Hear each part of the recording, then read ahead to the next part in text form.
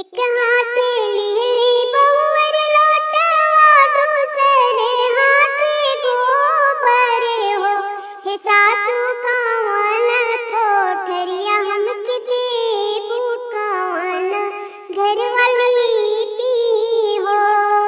सासू जी बोलही के रहली ननदिया उठी बोलेली हो।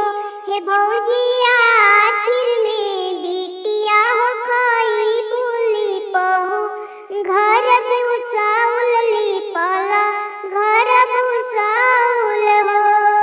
सासू जी बोलही के रहली ननदिया उठी बोलेली हो।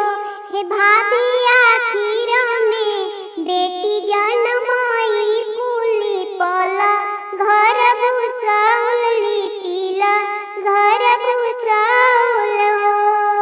होते बिहाने फाटेला होरिला जनम लिहले हो। हे सखी